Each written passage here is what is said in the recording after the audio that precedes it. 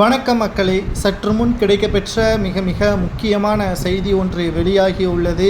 முதல்வர் மு.க.ஸ்டாலின் அவர்களது 72வது பிறந்த நாளை அவரது தந்தையும் முன்னாள் முதல்வருமான கலைஞர் அவர்களது நினைவிடத்திலும் அண்ணா நினைவிடத்திலும் மரியாதை செலுத்திவிட்டு தலைமை செயலகத்திற்கு செல்லும் வழியில் திடீரென்று மயங்கி விழுந்துள்ளார். உடனடியாக அவரை அப்பல்லோ மருத்துவமனைக்கு அழைத்து சென்று சுமார் 2 மணி நேரம் சிகிச்சை அளிக்கப்பட்ட பிறகு அவர் நேரடியாக தலைமை செயலகத்திற்கு சென்றுள்ளார். மேலும் அரசு அதிகாரிகளும் பிரபல கட்சி தலைவர்களும் நேரடியாக சென்று வாழ்த்துக்களை தெரிவிக்க வேண்டாம் என்றும், தற்பொழுது 72வது பிறந்தநாளை கொண்டாடும் விதமாக கொளத்தூர் தொகுதியில் ஏற்பாடுகள் செய்யப்பட்டதை அவரது மகன் உதயநிதி மற்றும் கனிமொழி இருவரும் இணைந்து பொதுமக்களுக்கு பல நன்கொடைகளையும் கொடுத்துள்ளனர். ஆனால் முதல்வர் ஸ்டாலின் அவர்கள் திடீரென்று மயங்கி விழுந்த சம்பவத்தை கேட்டவுடன் திமுகவின் தொண்டர்கள் கோபாலபுரத்தில் உள்ள அவரது வீட்டிற்கு சென்றுள்ளனர். ஆனால் அங்கு அவர் இல்லாத காரணத்தினால்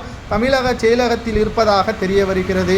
மேலும் திராவிட முன்னேற்ற கழகத்தை பொறுத்தளவிற்கு 72 வயதாகக்கூடிய மு.க.ஸ்டாலின் அவர்கள் நலம் பெற வேண்டும் என்றும், தனது கணவருக்கு எந்த ஒரு பிரச்சனையும் வரக்கூடாது, 2026 சட்டமன்ற தேர்தலில் வெற்றியடைய வேண்டும் என்றும் மு.க.ஸ்டாலின் அவர்கள் சிறப்பு பூஜைகளை இன்று மாலை ஏற்பாடு செய்துள்ளார். சுமார் 125 கோவில்களில் சிறப்பு பூஜைகளை ஏற்பாடு செய்துள்ள மு.க.ஸ்டாலின் அவர்களுக்கு பலரும் கண்டனங்களை தெரிவித்து வருகிறார்கள். அதாவது ஸ்டாலின் அவர்களோ கடவுளை கிடையாது என்று கூறக்கூடியவர். ஆனால் மு.க.ஸ்டாலின் அவர்கள் கடவுளிடம் முதல்வர் ஸ்டாலின் அவர்கள் உடல்நலம் பெற்று மீண்டும் ஆட்சியை கைப்பற்ற வேண்டும் என்று பிரார்த்தனை செய்வது எந்த விதத்தில் நியாயம்? அவரது குடும்பத்தினர்கள் கடவுளை வழிபடலாம், மற்றவர்கள் கடவுளை வழிபடக்கூடாதா?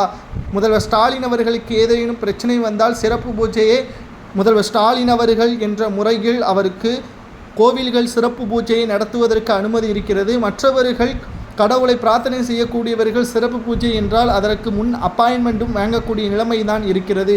கடவுள் மறுப்பவர்களுக்கு முன்னுரிமை வழங்கப்படக்கூடிய சூழல் தற்பொழுது உருவாகி இருக்கிறது. இனியும் திமுகவினர்களை யாரும் நம்ப வேண்டாம் என்றும் பாஜகவினர்கள் தெரிவித்து வருகிறார்கள்.